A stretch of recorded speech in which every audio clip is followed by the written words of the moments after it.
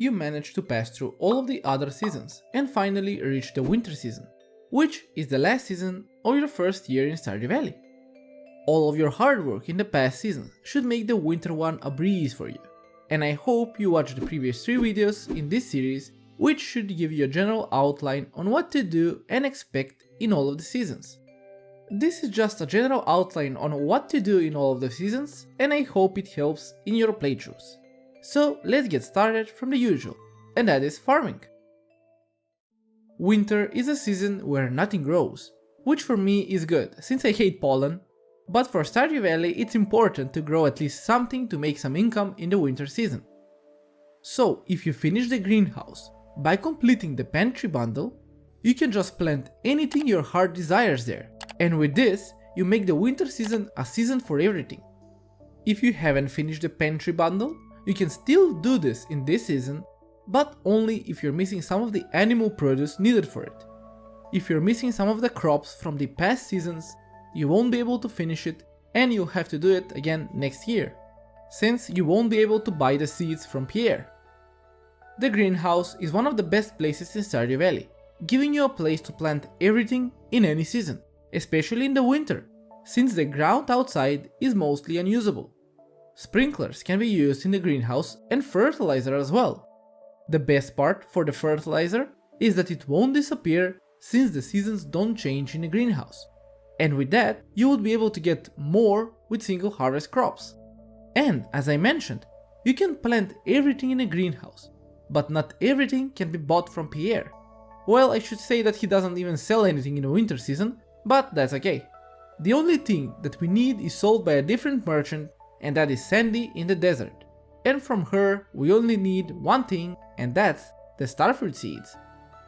Growing starfruit with fertilizer, especially speed grow, will be optimal, since we will be using the starfruit to make wine out of, which will give us the best income. So focusing the greenhouse with this fruit will give you a really good amount of gold in the winter season. Now let's move on to the animals. You should have already built a deluxe barn in the fall season, since you would need a truffle from the piggies. And as I mentioned in my fall guide, you can leave the coop for the winter season, since none of the animals need to go outdoor in order to produce the required items, which is mostly the rabbit's food from the deluxe coop. Next up we have foraging, and in the winter season we have the usual 4 forageable items. Most of these you may have already gotten from the ice floors in the mines, but one can only be gotten in the winter season. By completing the winter foraging bundle, which is the last one, you will unlock the quarry on the right side of the Adventurers Guild, and it will offer you stone and random ore and gem deposits. It also unlocks a secret cavern where you can find the golden site, which is way better than your regular one. But it doesn't change the game by a lot, except that it looks better than the old one.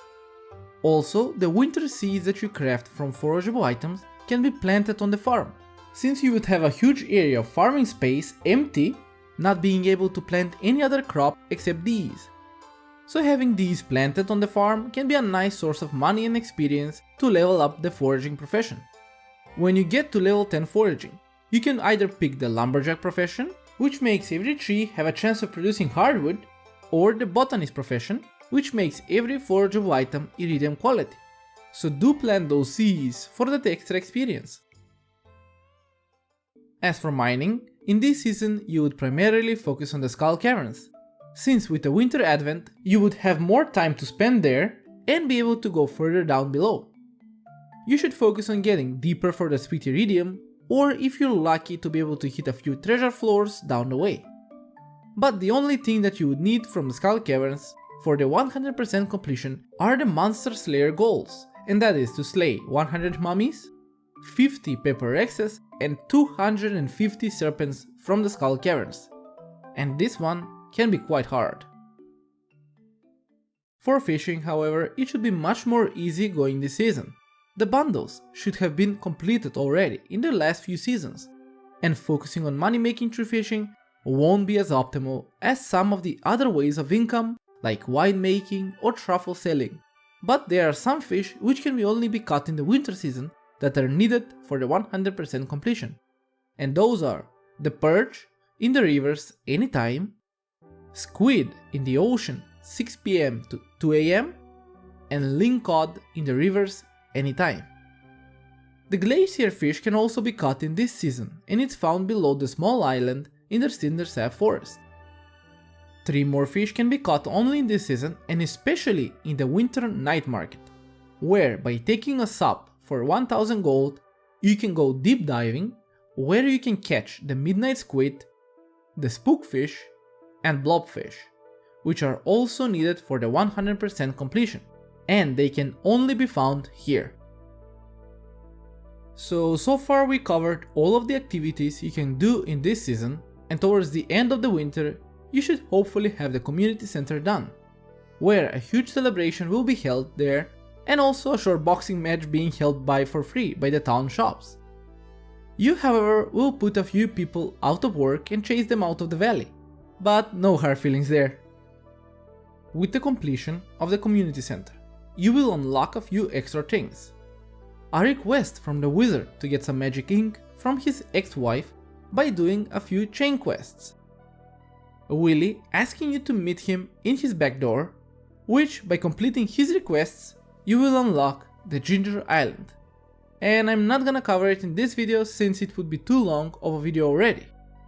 And even the Joja Mart, turning into a new bundle with more rare items needed for its completion, which are a silver quality wine, dino mayo, a prismatic shard, 5 golden quality ancient fruit, void salmon, and a caviar, which after you complete, it will turn into a theater for you to visit with some of the villagers.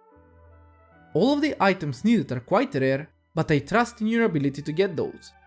The wine you already know how to get, the dino mayo is gotten from putting a dino egg into a mayo maker, the prismatic shard will be quite harder to get, which is a random drop, but there's only one place that you get 100%, and that is by completing the volcano dungeon. The golden ancient quality fruit will be also quite hard to get, but still, if you find one, you can get more from the greenhouse. The void salmon is found in the witch's swamp, caviar is found by turning roe from the sturgeon into caviar. And also, there is a small event that happens when you leave your farm in the winter on any given day, where you can spot Krobus at the bus stop, running away. You need to chase him and follow the tracks he leaves in order to get a magnifying glass, which will let you gather notes from any mundane activities.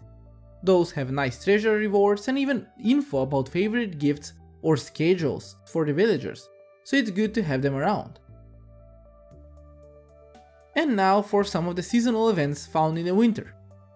On the 8th of winter we have the Festival of Ice, where you can buy the winter rarecrow needed for the collection, and a fishing competition where you try to catch the most fish, which rewards you with a hat and some fishing gear.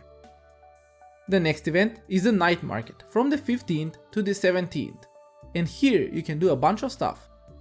Get a free cup of coffee, go into the submarine that I mentioned for some deep diving, buy some exclusive decorations, watch a mermaid show which can give you a secret pearl by playing her song, buy seasonal seeds, and visit the traveling merchant for 3 days in a row. If you take your time staying a bit more late, you can just take the warp merchant back to the farm, which is quite handy. And the last event is the Feast of the Winter Star, where a few days before the event you will receive a letter giving you a random villager to give a gift to as a Secret Santa. Here you can get a gift as well from your Secret Santa, which will be a random item, but there's a tea set that's quite rare, and if you've seen it, you're really lucky. So those were the seasonal events for this season. And all in all, I think we covered everything needed for the winter season. There is just one item that I spoke of in almost every video, and that would be the red cabbage, which can't be found in year 1 unless you buy it from the traveling merchant, or as a rare drop from the mummies and big iridium slimes in the skull caverns. So good luck with that. But there you have it. This is my complete guide for the winter season, where you can do quite a lot of things.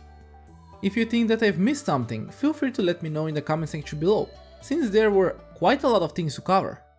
If you enjoyed the video, don't forget to leave a like, and if you aren't a part of the channel yet, feel free to press that subscribe button and join the community. I hope you all have a great day and I will see you all in my next one. But till then, stay safe.